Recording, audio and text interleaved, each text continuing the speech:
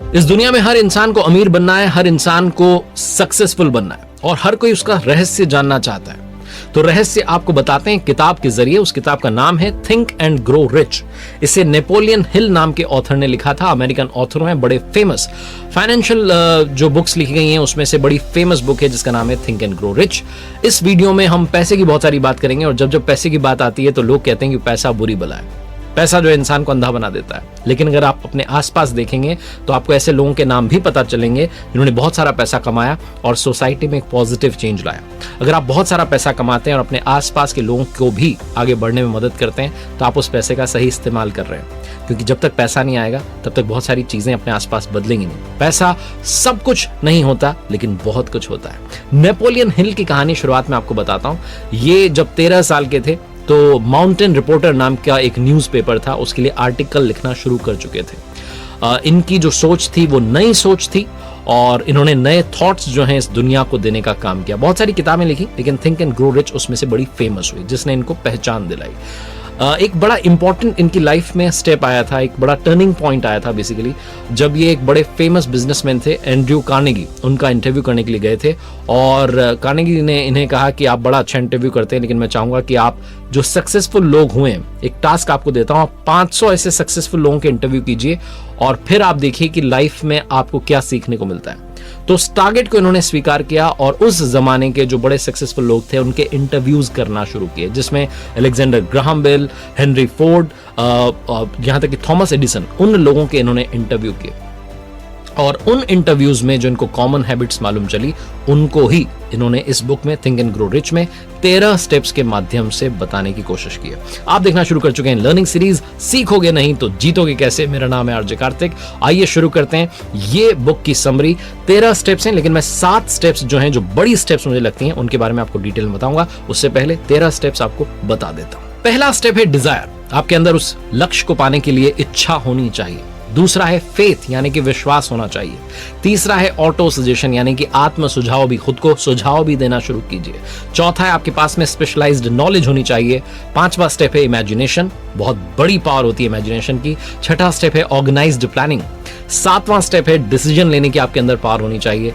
8वां step है persistence, power of devotion यानी कि आप दृढ़ हो जाएं, लगन के साथ, समर्पण के साथ आगे बढ़ते जाएं। 9th स्टेप जो है वो power of master mind. Step 10 जो है वो कहती है सेक्स ट्रांसम्यूटेशन। स्टेप 11 जो है वो है सबकॉन्शियस माइंड। स्टेप 12 है the brain, a fresh brain. और स्टेप 13 वो है सिक्स्थ सेंस। जब कहीं कुछ भी काम नहीं करता, कुछ भी काम नहीं होता है तो फिर वो सिक्स्थ सेंस जो है आपके लिए बहुत फायदेमंद साबित होती है। बड़ी डिटेल में आपको ये 7 स्टेप्स इनमें से बताता हूं जो मुझे लगता है कि आपके बहुत काम आएंगी और आपको आगे बढ़ने में मदद करेंगे। सबसे पहला बेबी स्टेप जिसे कहूंगा वो है डिजायर। अगर आप कहीं जाना चाहते हैं और आपके मन में उस तक पहुंचने के लिए डिजायर ही नहीं है तो कुछ भी नहीं हो सकता है। सक्सेसफुल बनना भूल जाइए। और डिजायर जो होती है उसमें भी बहुत सारी तरीके की डिजायर होती हैं।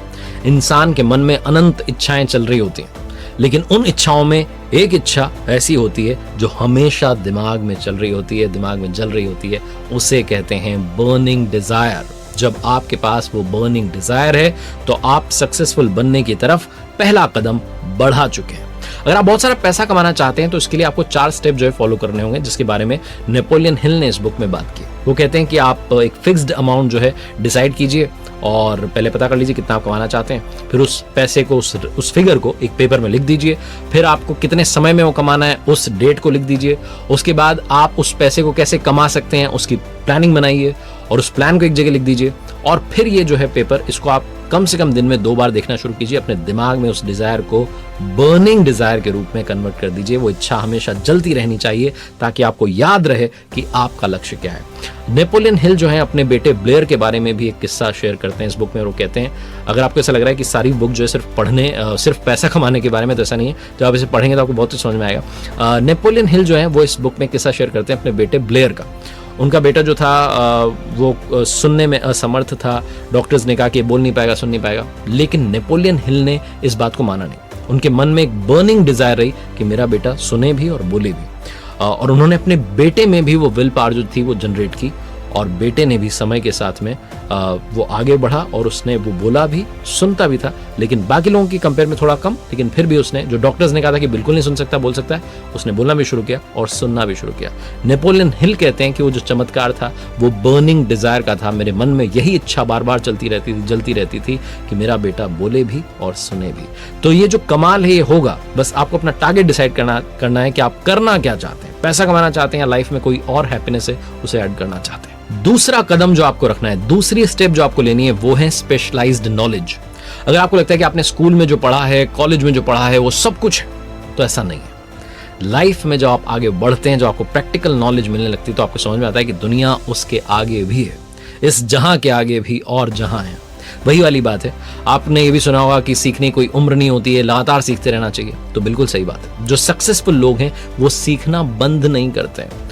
और स्पेशलाइज्ड नॉलेज का मतलब है कि नॉलेज तो होती है लोगों के पास, लेकिन आप उस एरिया के एक्सपर्ट बन जाएं। लोग ये कहना शुरू कर दें कि अगर आपको सच में जानना है तो आप उस बंदे के पास चले जाओ, बंदी के पास चले जाओ, वो जो व्यक्ति है वो आपको सही नॉलेज देगा। तो यानी कि आप उस एरिया के एक्सपर्ट बन चुके हैं। और ये कैसे होगा? ये पढ़ने से होगा। बहुत सारे लोग जिनको लगता है कि हमने तो पढ़ लिया कॉलेज में, स्कूल में, अब क्या पढ़ने की जरूरत है, तो आप बहुत पीछे रह जाएंगे। जमाना बहुत स्पीड से दौड़ रहा है, आपको अपना ज्ञान जो है उसी स्पीड के साथ में गेन करना होगा। अगर मैं बात करूं थॉमस एडिसन की, तो वो सिर्फ स्कूल गए 3 महीने के लिए, लेकिन उसके बावजूद उन्होंने कमाल कर दिया। तो सिर्फ स्कूली जो शिक्षा है वही काफी नहीं होती है। सचिन तेंदुलकर की बात करें तो उन्होंने स्कूल जो एजुकेशन थी वो उतनी ज्यादा नहीं उनकी, लेकिन वो अपने फील्ड के मास्टर है, यानी कि वो उस फील्ड के स्पेशलाइज्ड नॉलेज को रखने वाले इंसान है। आप एक्सपर्ट बन सकते हैं, किसी भी एरिया के एक्सपर्ट बन सकते हैं। उसके लिए स्कूल और कॉलेज की नॉलेज काफी नहीं होती, आपको और सारी नॉलेज जो है गेन करनी होती है।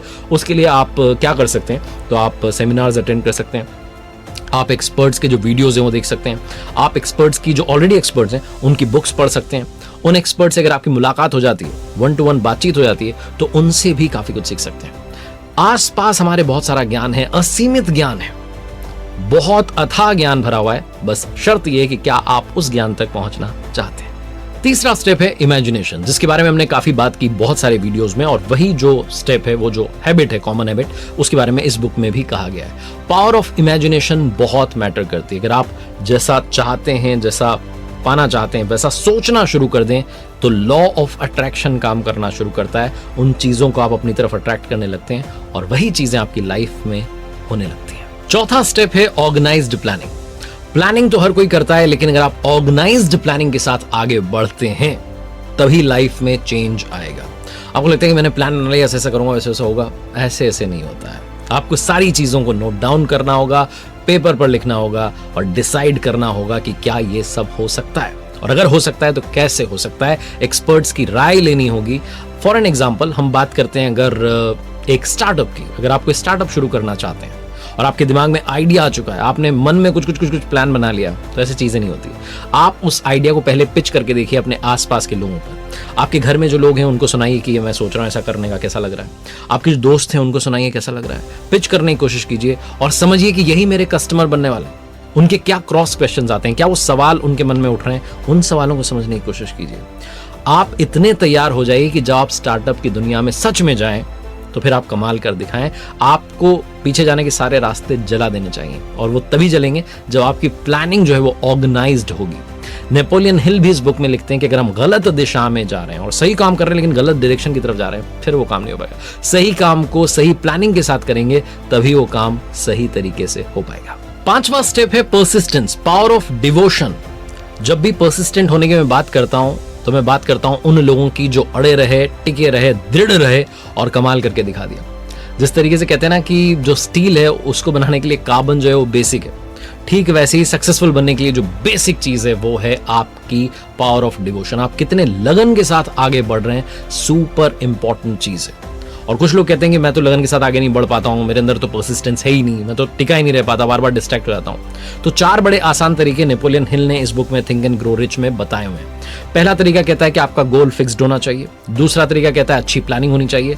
तीसरा स्टेप जो है वो है आप एक पॉजिटिव माइंड के साथ आगे बढ़ें कि ये सब कुछ होगा जो सोच रहा हूं। और चौथा है आपके आसपास डिटरमाइंड लोगों का ग्रुप होना चाहिए। अगर आप ऐसी संगत में रहेंगे जो लोग आपको बार बार डिस्ट्रैक्ट कर रहे हैं, आपको दूसरी चीजों में लगा रहे हैं, तो कभी भी आप परसिस्टेंट नहीं बन पाएंगे, कभी भी आप सक्सेसफुल नहीं बन पाएंगे। ऐसे लोगों के साथ रखिए, ऐसे लोगों का साथ रखिए और ऐसे लोगों के साथ रहिए जो आपकी तरह ही सेम अप्रोच लाइफ में रखते हैं, फोकस्ड गोल के साथ आगे बढ़ रहे हैं। वो आपको भी आगे बढ़ने के लिए मोटिवेट करेंगे, इंस्पायर करेंगे। सिक्स्थ जो स्टेप है जिसके बारे में बात करना चाह रहा हूं वो है फ्रेश ब्रेन। हम इंसानों को जानवरों से एक ही चीज अलग करती है, वो है हमारी ब्रेन, हमारा दिमाग, जिसका इस्तेमाल करके इंसानों ने इस दुनिया को बदल दिया है और हम मंगल पर पहुंचने की बात कर रहे हैं। फ्रेश ब्रेन का अगर आप इस्तेमाल करते हैं तो आप कमाल कर जाएंगे। फ्रेश ब्रेन का मतलब है फ्रेश आइडिया, फ्रेश अप्रोच के साथ आप आगे बढ़ते हैं तो आप दुनिया में रिच बन सकते हैं। यही इस बुक में बताया गया है। जैसे कहा जाता है, आपने कहावत सुनी होगी कि बॉडी बिल्डिंग करनी है तो डंबल उठाइए, और अगर आपको ब्रेन बिल्डिंग करनी है तो बुक्स उठाइए। अपने आसपास ज्ञान जो, जैसा मैंने बताया कि असीमित है, उसके पास पहुंचिए और कमाल करना शुरू कीजिए। आपको बहुत सारी जब नॉलेज मिल जाएगी तो आपके दिमाग में वो आइडियाज आने लगेंगे जो इस दुनिया को और बेहतर बना सकते हैं और आपकी लाइफ को कंप्लीटली चेंज कर सकते हैं। और जैसा मैंने बताया कि बुक में 13 स्टेप बताए गए हैं, लेकिन हम 7 बड़े स्टेप के बारे में बात कर रहे हैं, तो आखिरी में बात कर लेते हैं जो 13 स्टेप बताया गया है, सिक्स्थ सेंस। नेपोलियन हिल ने कहा कि सक्सेस की जो सीढ़ी है उस पर ऊपर की तरफ भीड़ नहीं होती है। जो 12 स्टेप बताए गए उनको अगर आप सही तरीके से अपनाएं तो 13वें स्टेप पर पहुंचेंगे जिसका नाम है सिक्स्थ सेंस। कहा जाता है कि अमीर बनने के लिए सिक्स्थ सेंस का इस्तेमाल करना ही चाहिए। हर इंसान में 5 इंद्रियां होती हैं, साइट, स्मेल, हियरिंग, टच और टेस्ट, लेकिन सिक्स्थ सेंस जो है वो हमारे सबकॉन्शियस ब्रेन में छुपी होती है। कभी आपको ऐसा लगा कि आप एग्जाम देने गए और आपने सोचा था कि इस क्वेश्चन आ सकता है, वही वाला क्वेश्चन आ गया और क्वेश्चन पेपर सॉल्व करते हुए आपने कहा यही तो मैं सोच रहा था। ऐसा हो जाता है। बड़े बड़े फाइनेंशियल जो एडवाइजर्स हैं वो कई बार सारा डेटा एनालाइज करते हैं और आगे बढ़ते हैं, लेकिन तभी उनका पैसा डूब जाता है। और कुछ लोग होते हैं जो सिक्स्थ सेंस पर काम करते हैं और कमाल करके दिखाते हैं। वो आपके उस अवचेतन मन की आवाज होती है जिसको आपने सुनना आना चाहिए। इसी को फीलिंग कहते हैं, गट फीलिंग कहते हैं, इसी को इंस्टिंक्ट कहते हैं। और अगर आपके पास में बिजनेस आइडिया है तो कई बार आपका सिक्स्थ सेंस आपको इशारा कर रहा होता है कि ये जो आइडिया है ये कमाल करके दिखाएगा। बस आपको उस आइडिया के बारे में सोचना है, उसको प्लानिंग के साथ में एग्जीक्यूट करना है और फिर कमाल हो जाएगा। सिक्स्थ सेंस को समझना आसान नहीं है, फिर भी अगर आप प्रैक्टिस करते हैं तो इसे आप समझ सकते हैं। ये मत सोचिएगा कि आपने तुक्का मारा वही सिक्स्थ सेंस है। सिक्स्थ सेंस को समझने के लिए आपके पास्ट में जो कुछ हुआ है, जहां जहां आपने सिक्स्थ सेंस का इस्तेमाल किया है, उन घटनाओं को एनालाइज करना होगा और आपको समझना होगा कि क्या आपकी सिक्स्थ सेंस जो है वो डेवलप हो चुकी है। तो अपनी सिक्स्थ सेंस को डेवलप कीजिए, जागृत कीजिए और कमाल करके दिखाइए। उम्मीद है आपको इस वीडियो में काफी कुछ सीखने को, समझने को मिला होगा। देखते रहिए मेरे साथ हर सोमवार